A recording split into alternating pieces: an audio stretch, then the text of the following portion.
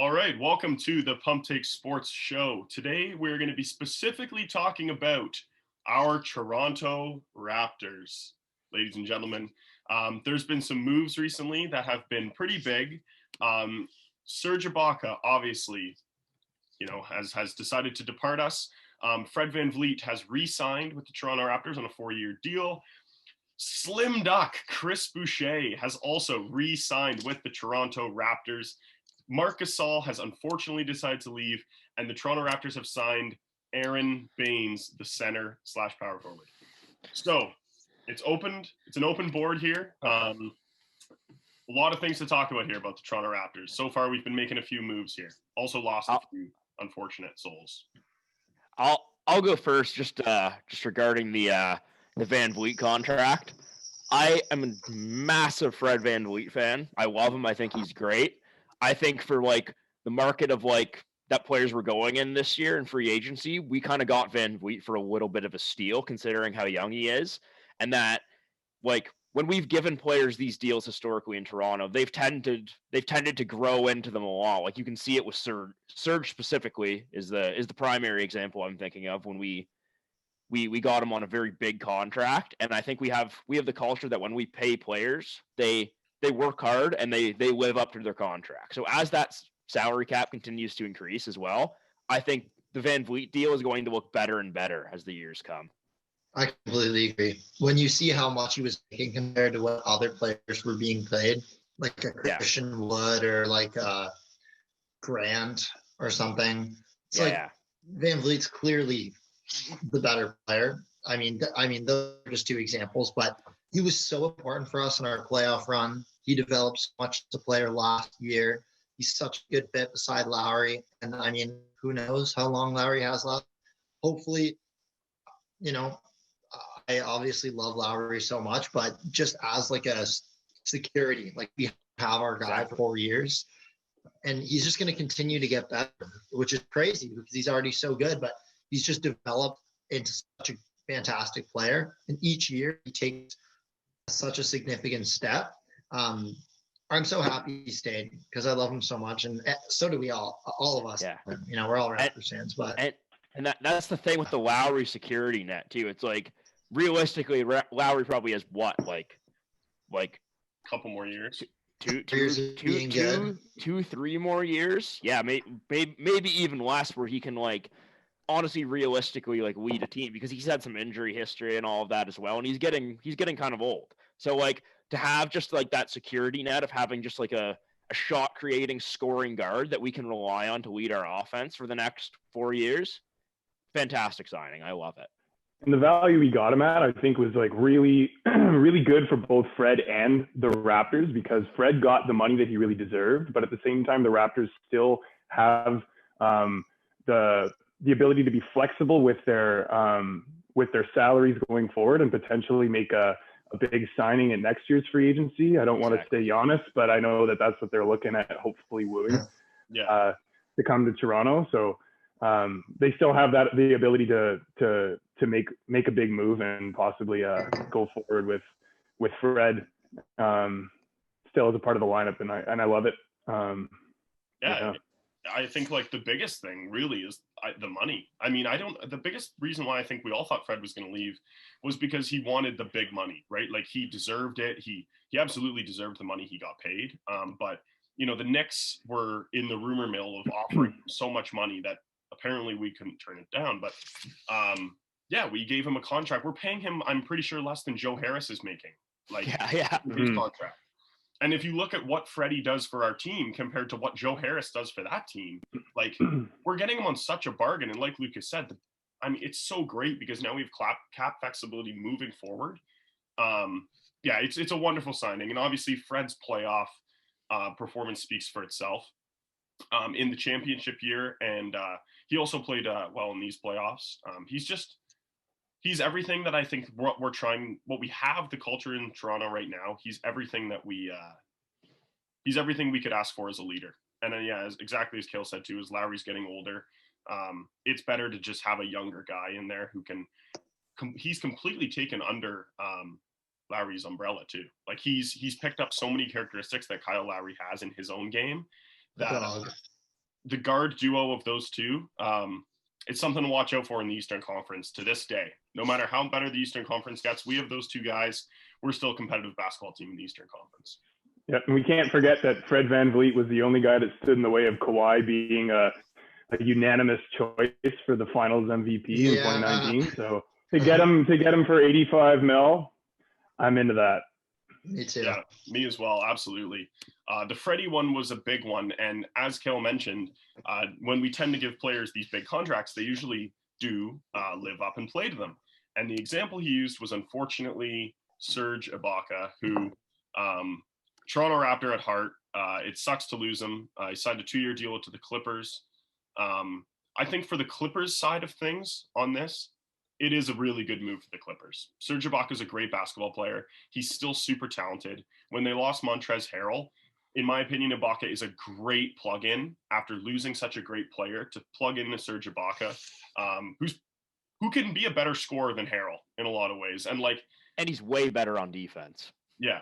Like Serge Ibaka, for what they got him for what they would, I think, probably have to pay Harrell more money to keep Harrell.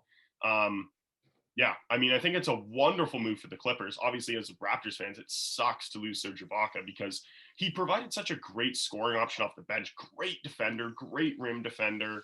I loved when we would run him and Siakam at the same time. I thought that lineup was super dynamic, and it just opened up the floor so much with so many weird spacing things. And obviously, tough to see him go, but he'll always be in my heart as a Toronto Raptor. I hate how good of a move it is for the Clippers because I'm really going to miss Serge and having that sort of versatility at the 5, right? Like the Raptors were always able to like deploy whichever big man they felt was going to be more effective against the team they were playing on any given night. So they could use Gasol, who's a bit more of a traditional big, but then they could use Ibaka and Siakam against a smaller team.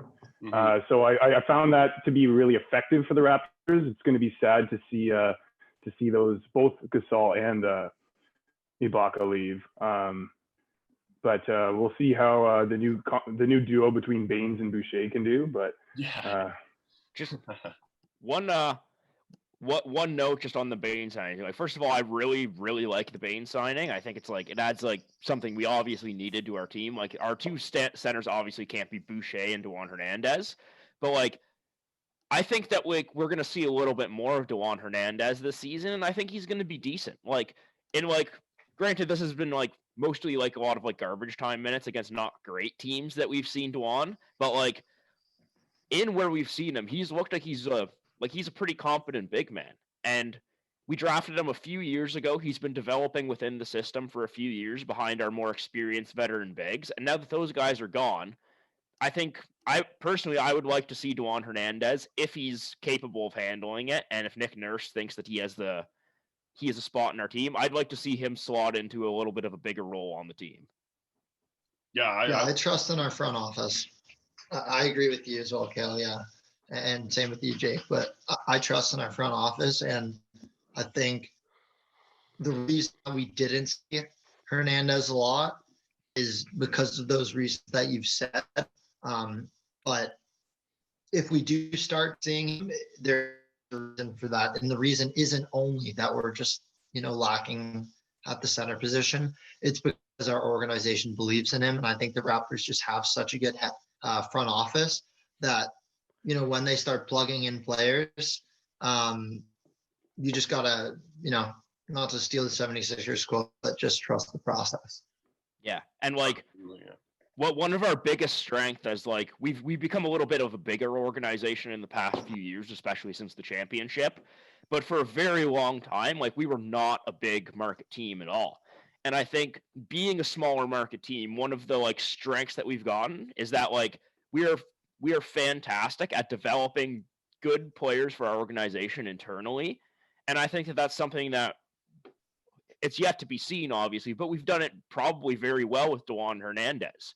When we get these rookie big men that are unrefined and we put them into our system and play them in the G League for multiple years, coach them up, most of them have been shown to be very competent players at the NBA level. So I'm excited to see what all of our young players, but especially Juan Hernandez, can do, because we haven't seen a lot of them yet. Yeah, and the other thing too with the culture fit with DeJuan Hernandez coming in is that our culture is built one from our front office and our development and our small market team mentality, but it's also kind of it's completely the players that we have on the roster being there in practice every day to help these guys train up. And I think Fred VanVleet, not to harp on the signing again, but Freddie is one of those guys he's working hard in practice every day. And if you're not working hard in practice every day, like you're going to know about it from Fred, from Kyle, from Ibaka. I think these guys are the kind of, unfortunately Ibaka left, but these are the kind of guys that attribute to our culture that allow players like DeJuan Hernandez to eventually come up and develop because they're working every day in practice, right, behind the scenes. And one last thing I just wanted to throw in quick about the Ibaka thing, him leaving, was obviously I think when Pascal Siakam developed to be our best player and we gave him that big contract, he plays power forward, right, which is Ibaka's natural position. So that's obviously hard for Ibaka, but I, as a Raptors fan, just basketball sense itself, when Siakam was having games where he really wasn't playing well and he was getting flustered and the other team was in his head, he was getting locked down, he was only going to the rim and throwing up crazy layups. Ibaka was a great change of pace. When we took him out, took Siakam out and put Ibaka in, it sometimes changed the tide of the whole game. And that's something I'm really going to miss. And I think it's something that Siakam is really going to miss too, to have that option to come off, cool down a little bit, and have a very serviceable power forward go in. I think he's going to miss that. And I think we're going to miss that as a team with Ibaka leaving. And even with Gasol as well, it's like, just in terms of like developing like our young players like DeJuan, like Siakam, and just like, because we're a very young team, having those guys, when they start to get flustered, it really helps to have those veterans who've like, they've excelled at the position for years and years in the NBA, to like be able to, one, slot those guys in, and two, like have them serve sort of a mentorship role. That's something that I think we're really going to miss with those two guys leaving our team. It's sad to see them go. Yeah, it's really sad to see them go. So I'm a fan of both of those guys, especially Ibaka. I love her. Like, I don't know him personally, obviously, but they were both such to our team and championship run, and it's sad to see them go, especially to the Clippers and the Lakers.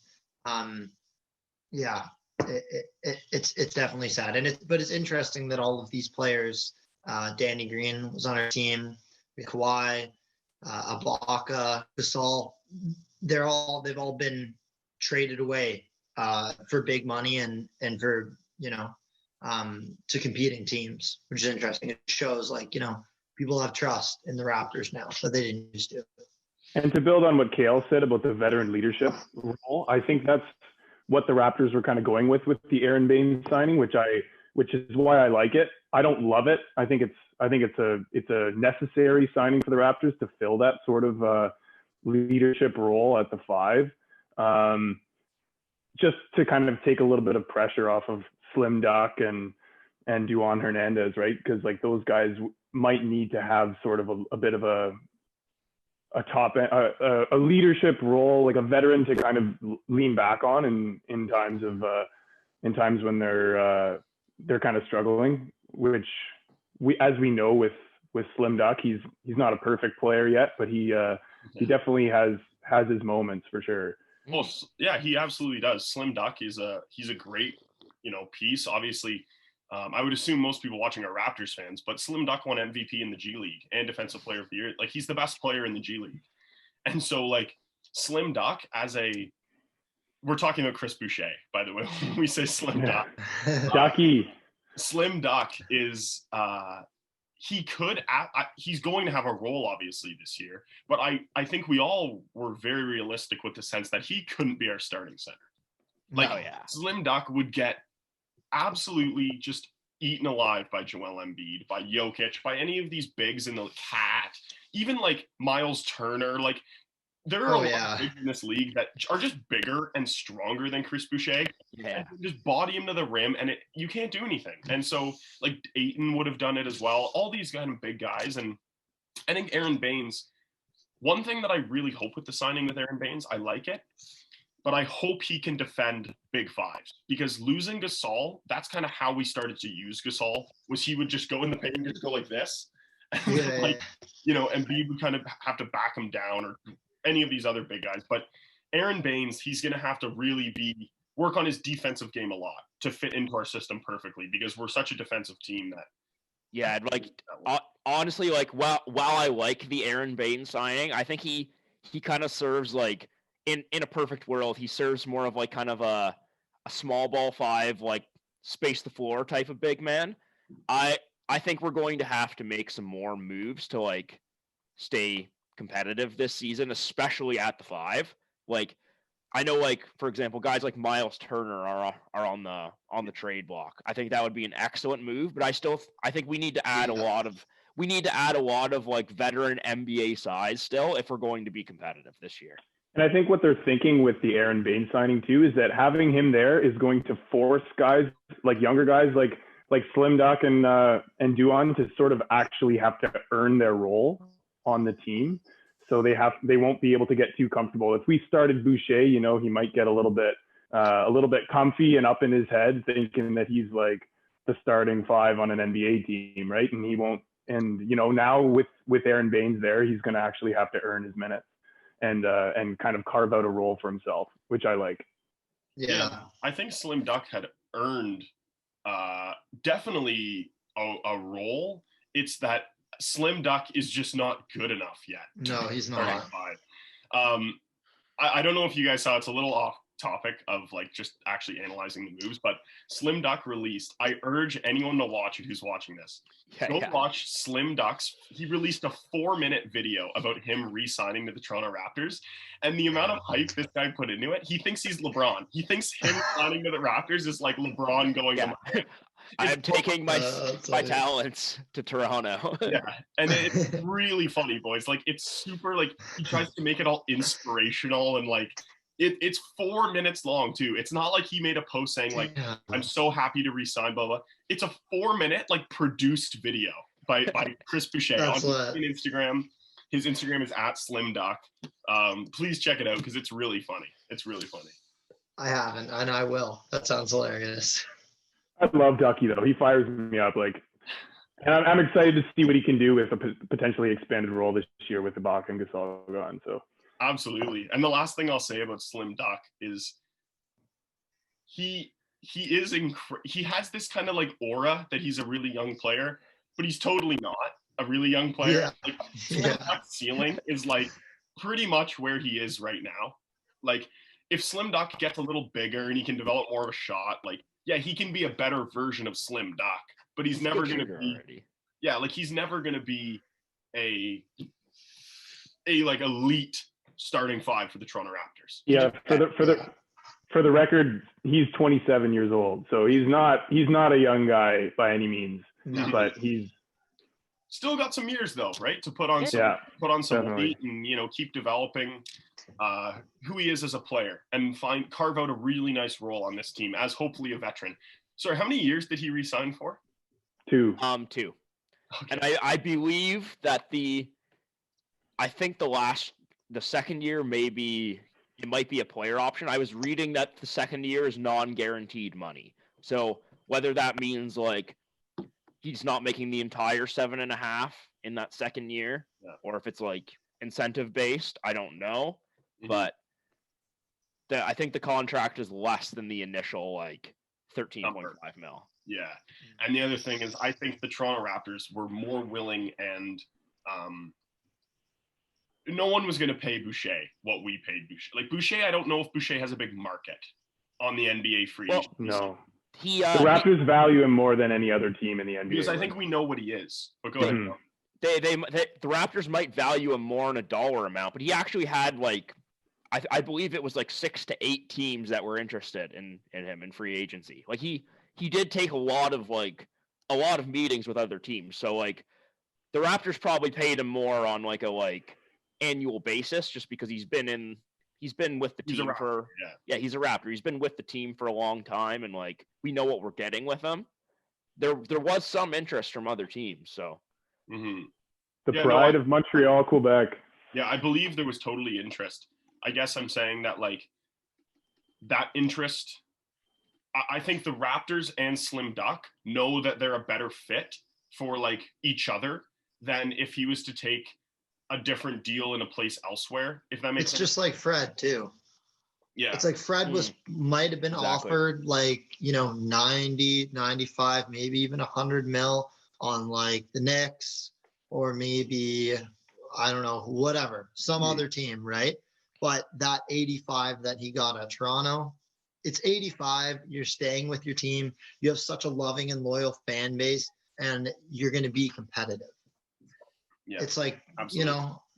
would you, I mean, if I was Fred, I would just, take 5 to 10 or 15 mil less to play on the Raptors than play on a team like the Knicks.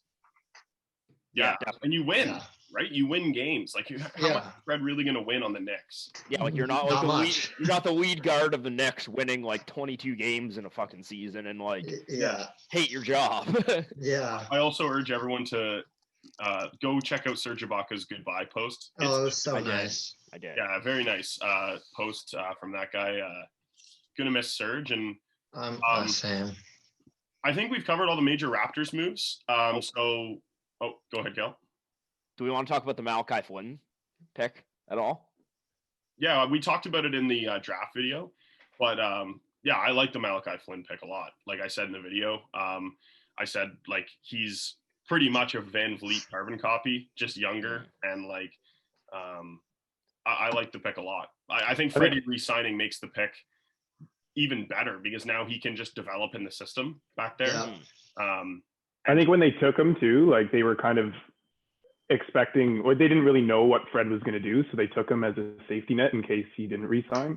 But now with Fred VanVleet there, he has the chance to really model his game after him, and potentially when Lowry ages out or whatever, Malachi Flynn can have an increased role in the team, and I like that. Mm-hmm. Just the one thing I wanted to say about the Malachi Flynn pick is part of the reason I really like it, and this kind of applies to all of the guys that we bring into our organization, but we only bring in players that we believe are an organizational fit. And I think that our front office really they really did their due diligence with Malachi Flynn. Like they spent a lot of time with this kid in the offseason. There was multiple interviews, in-person meetings. So I believe they've really got a feel for like what as a rookie he's going to bring to our team and how he's going to develop. And I think they really got a guy that's going to like fit very well into our organization. It is so clear that we have built a true culture in Toronto of just hard work, strong defense, personable people. It's just everyone on our team. We're going to be biased, but it just seems like everyone on our team is so lovable. Like no one's hated. Like we don't have a Pat Bev who's just in the league. Well, in the league, he's just a very talked about and very like polarizing player. Exactly. And like, although Lowry, I'm sure from other teams might, be a little annoying. Other fans hate Lowry. Other fans do hate Lowry. Yeah. But I don't know. I like the culture that we've built in Toronto. Oh yeah. Even looking back, just like I've been a Raptors fan for a while, right? Looking back when we did have guys like Grievous Vasquez and I mean, I kind of like Terrence Ross, but I mean, whatever. But Grievous Vasquez and Terrence Ross and Patrick Patterson and whatever, like you look at that culture and that roster versus this culture and roster that we built now, it's just so much more like centered around hard work and defense and team building and community and passing. Like, I just love it. Yeah, and I think a huge like sign of that just proves everything that you just said, and I agree, is the Pacers hiring our assistant coach as their head coach. Yeah. Like, they see the culture that we have in Toronto, and they see obviously he's a part of it. And hiring him as your head coach when there are other options on the table, it just goes to show how great our system and culture are in Toronto. Mm-hmm. Yeah. We really produce values that other teams want. Like our players are like, I feel like they're very they have like work ethic and just like team meshing ability that it's very coveted across the league, and I think it's a special thing. Agreed. It absolutely is. Go Raps, go. Yeah. When I buy my VanVleet jersey, it's hanging right behind me, right there. Yeah. Well, thank you for everyone who listened this far. Go Raps, go, and we'll see you in the next episode of Pump Take Sports. Thanks for listening. See you, everyone.